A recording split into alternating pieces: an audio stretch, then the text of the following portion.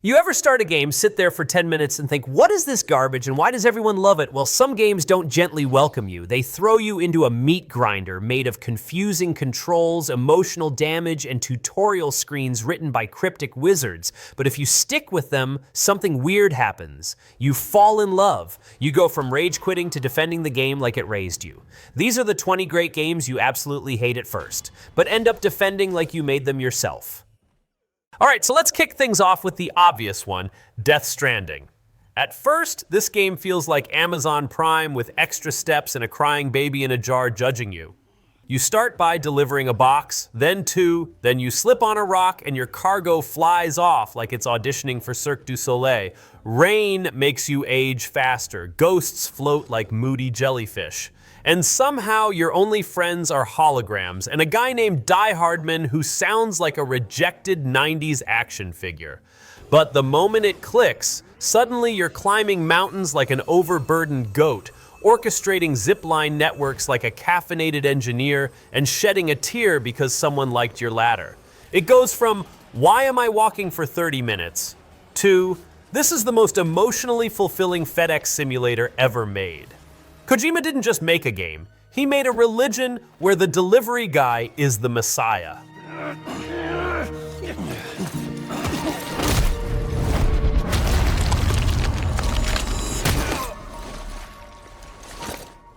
Oh, thank you. Sorry about that. Next game on the list is Days Gone. All right, so you will boot up this game and immediately question if you're playing a zombie apocalypse or Deacon St. John's midlife crisis on wheels. He grunts, he mumbles, he talks to his dead wife's ring like it's giving him stock advice. The bike controls feel like you're dragging a fridge up a hill. The crafting system is held together with duct tape and sarcasm, and your weapons break faster than your patience. And then something changes. You upgrade the bike, you mow down a horde the size of a football crowd. You witness Deke finally showing feelings that don't involve punching the air. Suddenly, you're emotionally invested in this rugged biker and his weirdly touching bromance. And now every mission is personal. You hate it, then you love it, then you name your dog Boozer, and consider getting a tattoo of motor oil.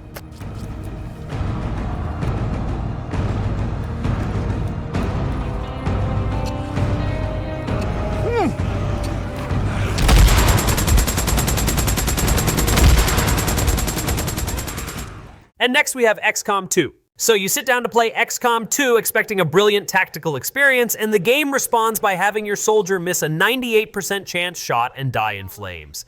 It's not a game, it's an emotional trap disguised as math. Every turn feels like solving calculus during an earthquake.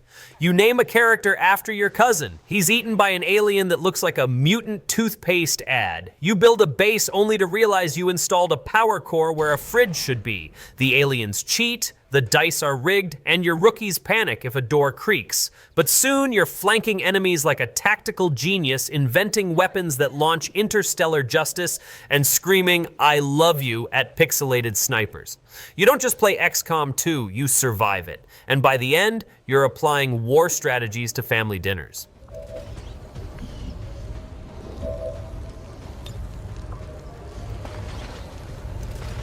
Here, catch!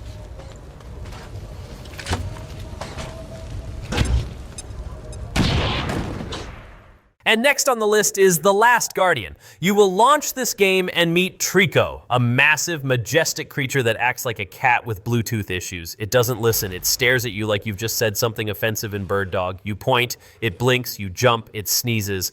The controls feel like piloting a wet sock through molasses, and the camera swings around like it's powered by mood swings. You spend 3 hours trying to get Trico to walk through one door, questioning your sanity and considering yelling into a pillow.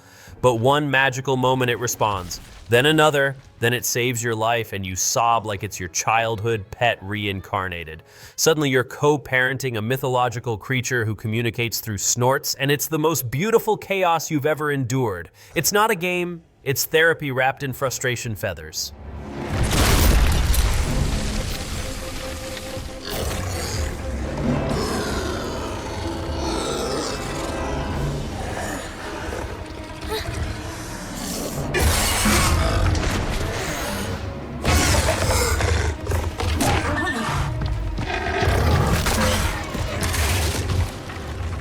And next, let's talk about Prey 2017. You enter a space station, admire the futuristic furniture, and then suddenly a coffee mug turns into a demon and punches your face.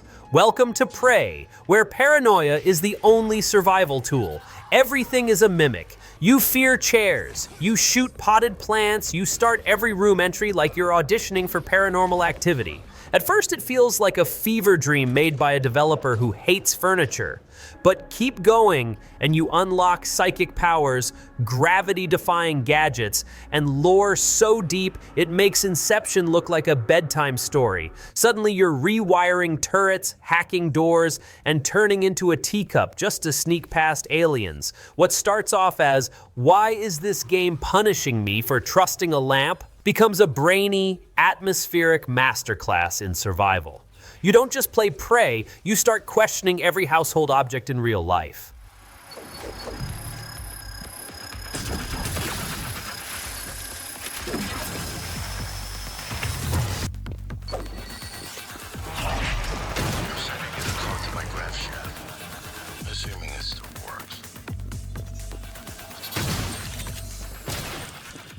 And next we have Dragon's Dogma. So you dive into this game thinking you're about to live out an epic fantasy, and then a Cyclops boots you into the stratosphere while your AI companion shouts the same 3 lines like they're stuck in a medieval ringtone. The menus are ancient, your map is just vibes, and you'll be halfway through the story before realizing you were supposed to buy a lantern 2 towns ago. But suddenly you grab onto a griffin's ankle mid-flight, stab it mid-air, and land like the hero no one hired. Then it clicks. You're playing a game that doesn't care if you're lost, broke, or confused, as long as you do it in style. You go from, "Why am I here?" to "I am the chosen one," and you start quoting your pawn like they're your co-pilot through a fantasy fever dream. It's janky, it's glorious, and somehow you fall headfirst into its chaotic charm.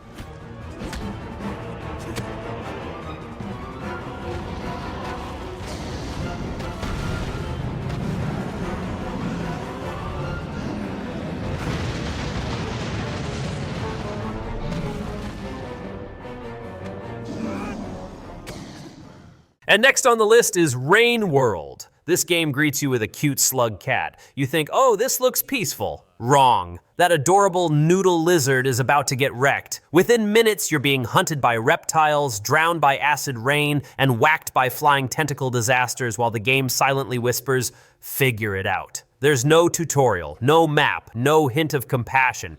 At first you feel like someone dropped you into a wildlife documentary where you're the snack, but then slowly you start reading the world. You learn, you adapt, you survive. You go from being a squishy lunch to a sneaky survivor who climbs, hides, and outsmarts death at every turn.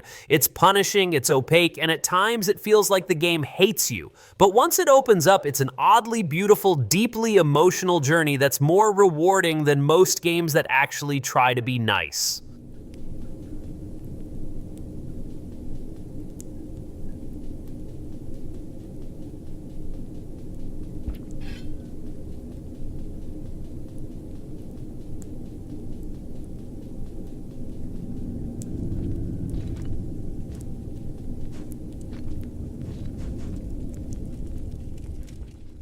Next, we have Dead Rising. This game starts off like you're trapped in a mall-themed nightmare. The timer stresses you out. The controls feel like you're wearing rollerblades on ice. Survivors scream for help, and then immediately run into walls like they're magnetized to idiocy. You spend your first few hours juggling sandwiches, dumb AI, and zombies that hit harder than your internet provider's customer service line.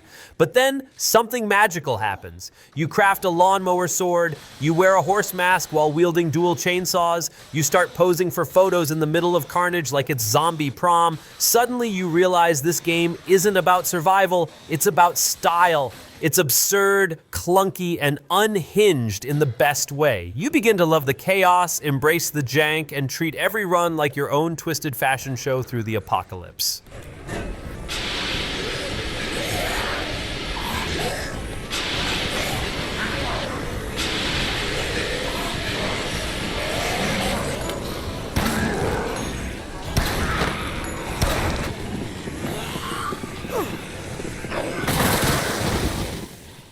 And next on the list is Elden Ring. Your first hour in this game goes like this. See glowing Tree Knight, fight Tree Knight, become fertilizer, then you try again, and again, and again. The map is massive, but no one told you there's a dragon living in every bush and a mini-boss inside every cave. The game throws you into a world of majestic horror and then politely watches you get trampled by wildlife. You die to plants, you die to rats, you fall off cliffs that look like paths and swing your sword at air like it's a new dance move. But the beauty is, you learn. You get stronger, you find weird weapons like a sword made of spaghetti and still somehow make it work. Eventually, you're riding torrent through crimson skies, slicing through demigods, and feeling like an unstoppable force wrapped in medieval metal. You hated it at first, but now it's your entire personality.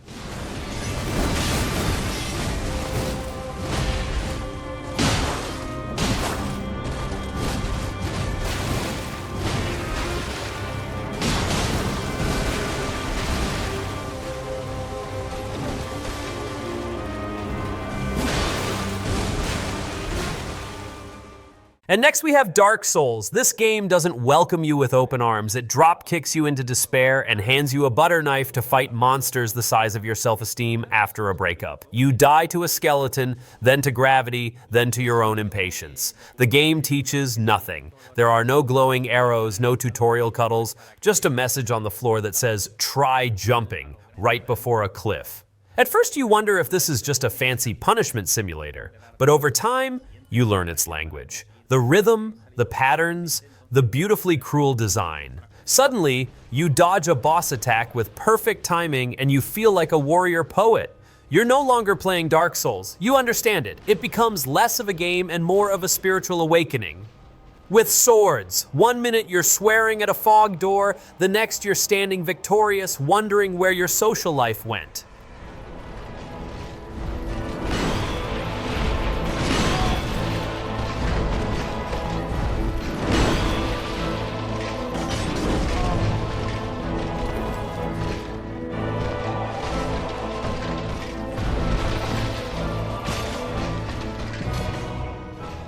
And next game on the list is Sekiro Shadow Die Twice. All right, so you begin Sekiro thinking it's like Dark Souls, but with a katana and a snappy ninja flair.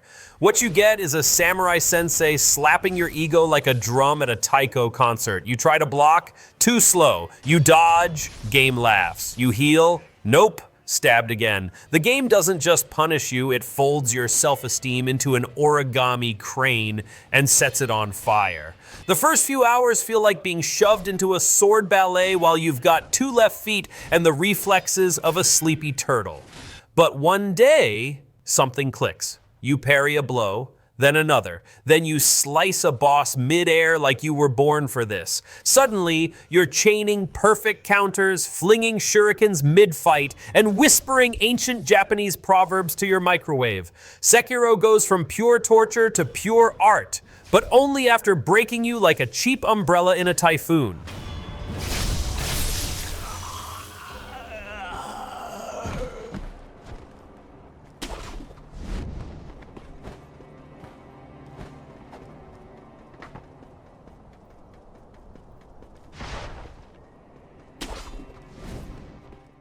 Next we have Batman Arkham Asylum. You fire up this game expecting to feel like the Bat. Instead, you stumble around hallways, get confused by vents, and wonder if you accidentally picked Janitor Simulator instead.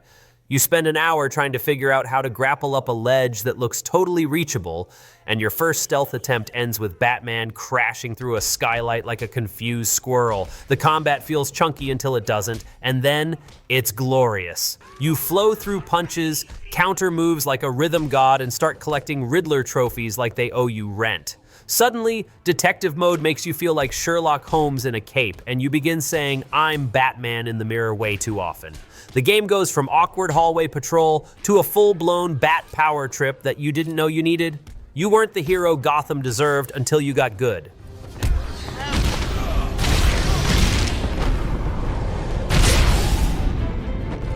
We need to find those notes before Joker does.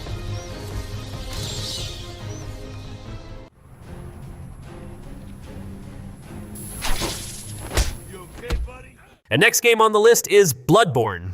This game starts by throwing you into a foggy Victorian nightmare, giving you a butter knife and sending wolves to introduce themselves with their teeth. You're confused, there's no shield, no healing until later, just screaming, dying, and an overwhelming sense that this city really needs a better public health system. You try to attack, but the combat is fast, furious, and doesn't care about your turn-based RPG past. Then, like magic, it begins to make sense. You stop playing scared. You start playing angry. You dodge, you strike, you get hit, and you hit back harder. Soon, you're slicing through beasts with a transforming saw, drenched in blood like a monster-slaying Picasso. The bosses still hurt, the world still haunts, but now it's personal. Bloodborne doesn't just win you over, it grabs your soul, rubs it in gothic horror, and tells you to get back up.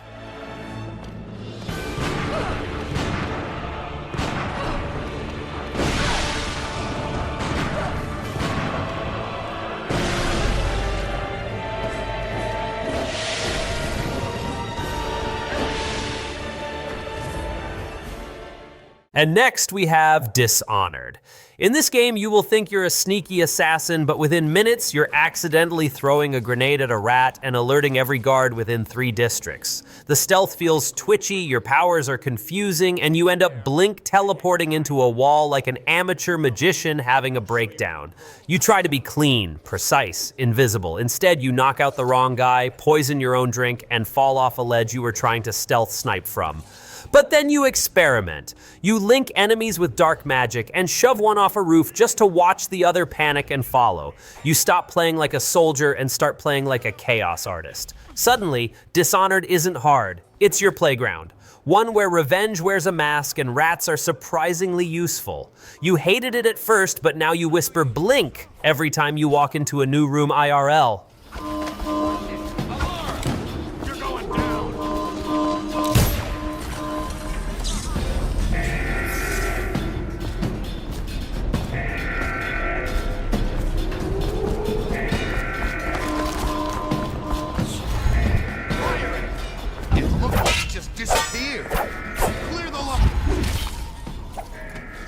Next on the list is Far Cry 2. This game feels like a survival sim built by someone who really wants you to suffer. Your guns jam mid-fight, your car explodes if a bird looks at it wrong, and you catch malaria like it's an open-world feature. You try to sneak, but the enemy respawns faster than popcorn in a microwave. You get to a base, clear it, turn around, and boom, it's like you were never there. At first it feels like the game is playing a prank, but then you adapt. You start using fire to trap enemies. You learn to prepare for every encounter. You stop fast traveling because the world's tension is just that good. Far Cry 2 doesn't guide you, it dares you. It's gritty, it's brutal, and somehow when it finally sinks its claws in, it's one of the most immersive open world experiences out there. Just remember to stock up on malaria pills like you're prepping for a weird safari.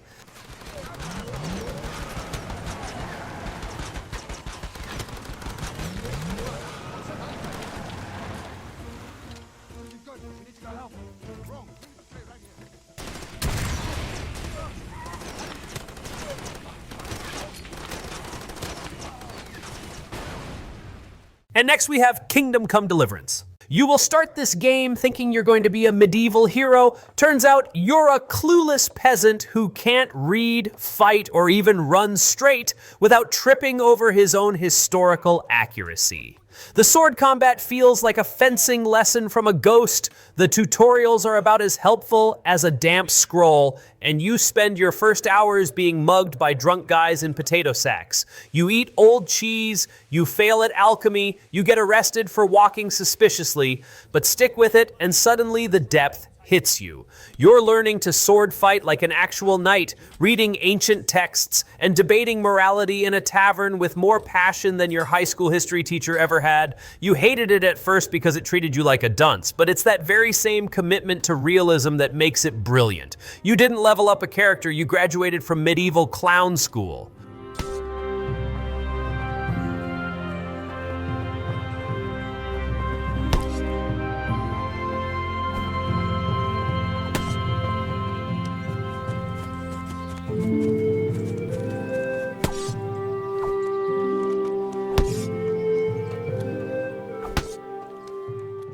Next on the list is Disco Elysium. Booting up this game is like stepping into a bizarre philosophy class run by a man wearing 2 jackets and screaming at a traffic cone. Your character wakes up half naked, hungover, and unable to remember how doors work. The dialogue goes from hilarious to existential in one sentence, and you'll fail basic tasks like picking up a necktie or talking to children. At first, it feels like a fever dream written by a drunk poet, but then you realize this game is doing something no other RPG dares. Your stats talk to you. Your inner monologue fights itself. You can become a disco cop or a communist messiah, all while investigating a murder and pondering the meaning of socks. There's no combat, just endless dialogue trees that somehow manage to be more intense than any shootout. You start off confused and end up questioning your own personality alignment. Brilliantly weird. In hell. Forever. That's just the way it is.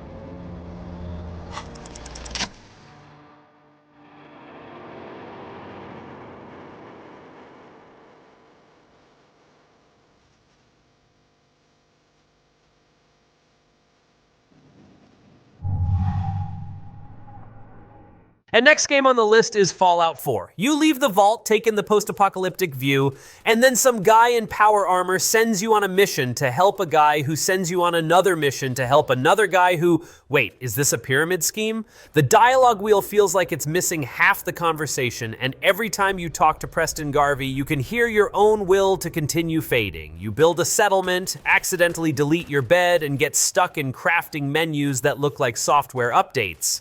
But eventually, you find your groove. Mod some power armor, find a legendary shotgun, befriend a mutant who bakes. Suddenly you're nuking raiders while your robot butler roasts them with etiquette. It takes a while to click, but when it does, Fallout 4 transforms from what am I even doing to why haven't I fast traveled to this building and looted every fork yet?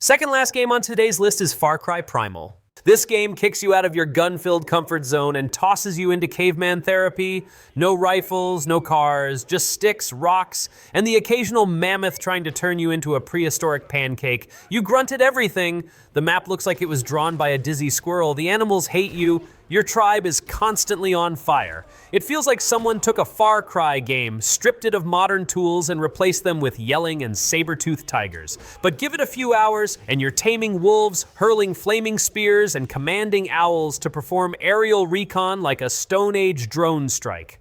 You start off feeling like a lost tourist at a museum exhibit, and end up leading your tribe like a boss with mud in his hair and rage in his heart. Primal may feel primitive, but underneath the grunting is pure, chaotic power.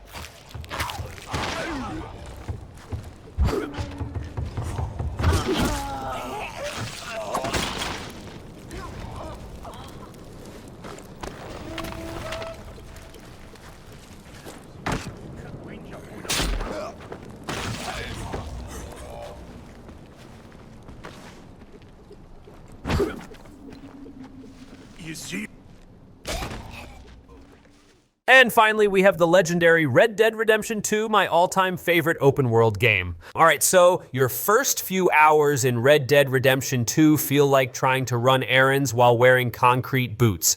Arthur walks slower than paint dries, looting takes 12 minutes per drawer, and God forbid you bump into someone in town unless you want an entire shootout over a misunderstanding involving a potato. But keep going, and it transforms. You stop rushing, you soak in the sunsets, you brush your horse just because he looks a little dusty. The story creeps up on you, layered, emotional, unforgettable. You go from why is this game so slow to I'd die for these digital cowboys. Hunting becomes meditative. Every side quest feels handcrafted. Even the camp coffee tastes emotionally significant. Red Dead 2 doesn't just grow on you, it takes over. What once felt sluggish now feels sacred, and you start tipping your hat to NPCs like it's the law. We gotta go! Come on! They're all yours!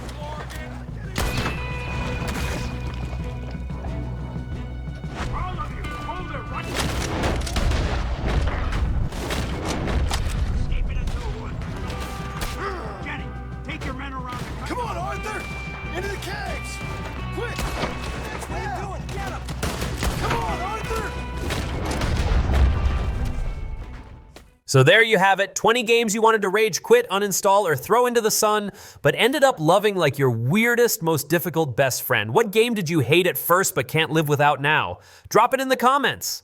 And if you liked the video, smack that like button like it just parried you in Sekiro, subscribe for more gaming chaos, and I'll catch you in the next one. Peace out.